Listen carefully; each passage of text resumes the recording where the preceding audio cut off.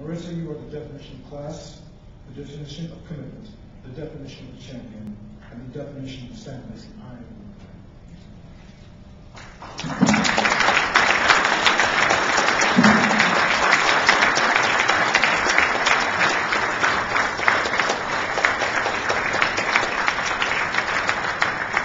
Let's know when she leaves mine and her fiancé is sitting right there.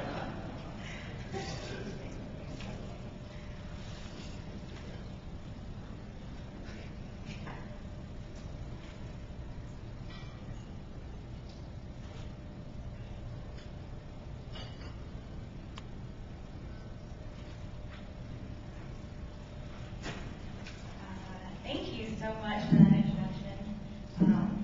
I was actually just sitting over there with my family telling them I've gotten a lot of awards, but I've never actually given an acceptance speech.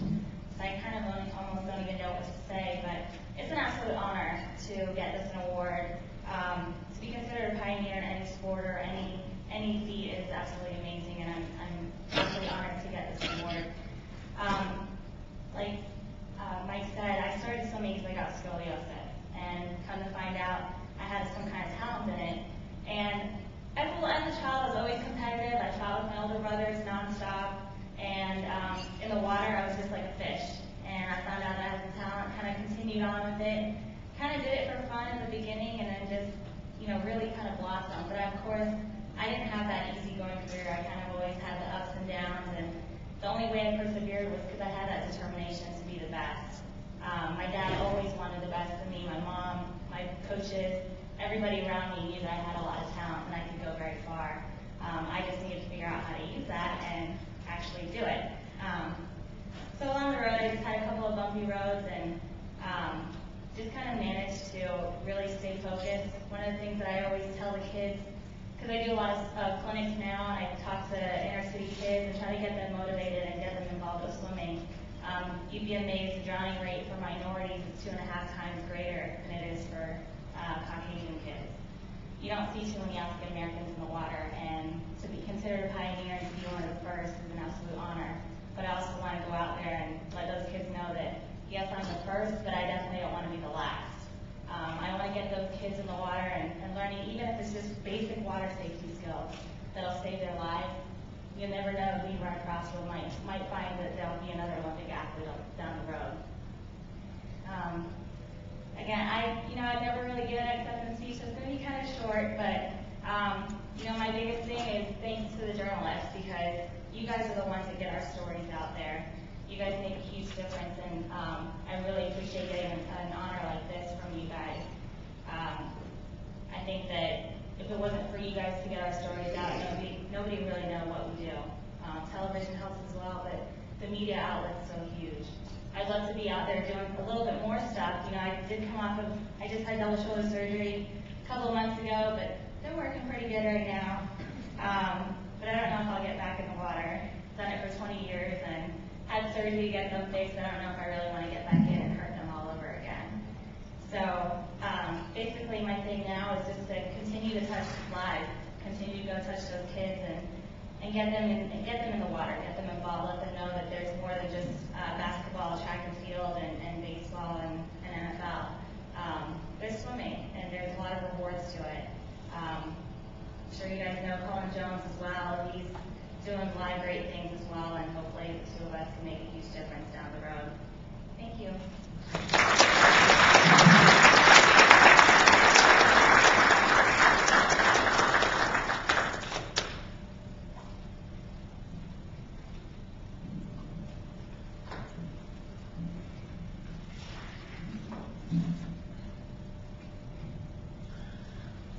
When Jim Dent, our next honoree, was about 12 years old, he went, quote unquote, hunting trouble after school in Augusta, Georgia. So I went down to the golf course to see them hit a golf ball, he said. I'd never seen nothing go that far. Someone told my sister, and she told my mother, and I ended up getting a whipping. Why? Because she thought he would pick up bad habits. No, Mama, Dent protested. Then he persisted with his newfound hobby. You learn how to gamble, play cards, and shoot dice, and that's exactly what I learned to do, he said, with no regret in his voice. Fortunately, he also learned how to caddy and how to shoot a mean game of golf. Then he realized that several of the men he was beating had gone to the PGA school trying to earn their PGA Tour card that would let them turn professional. When he was 27, then went to California, found a sponsor, and got lucky and got my card. In racial terms, that set him up to become a speck of pepper in a sea of salt. He recalls there being only 3 black golfers on the tour when he broke in 1971. Charlie Sifford, Pete Brown, and Lee Elder. I didn't even think about that, Ben said. I just think about playing golf and getting to play with the best golfers in the world. Given a chance, Ben didn't love it. Known for his lengthy drives, he played in 403 PGA Tour events, had 25 top 10 finishes, and earned $564,809. But he couldn't win a title because his chip shots and putts betrayed him. Then the Champions Tour, the senior golfers, offered him another chance. And after polishing his short game after a chat with the great SamLacy7new, first place checks began to roll in. Shortly after turning 50, Jim won the Syracuse Classic and Newport Cup. In 1989, then the Seniors Rookie of the Year earned $337,691. In 1990, he doubled that total, and he's been a senior terror ever since.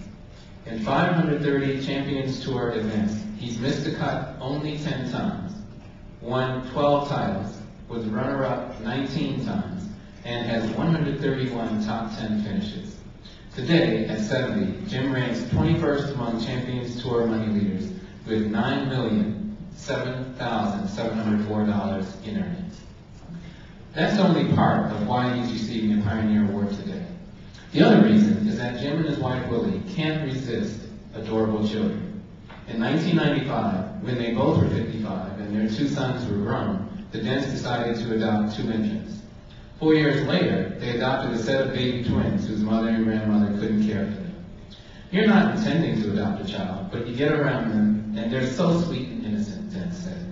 No headaches. Now they're 14, and my twins are 9. It's no problem, but you have to look closer at them nowadays.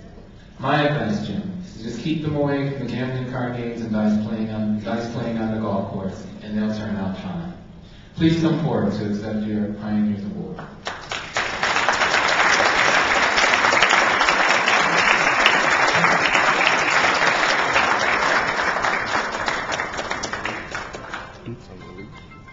Yeah.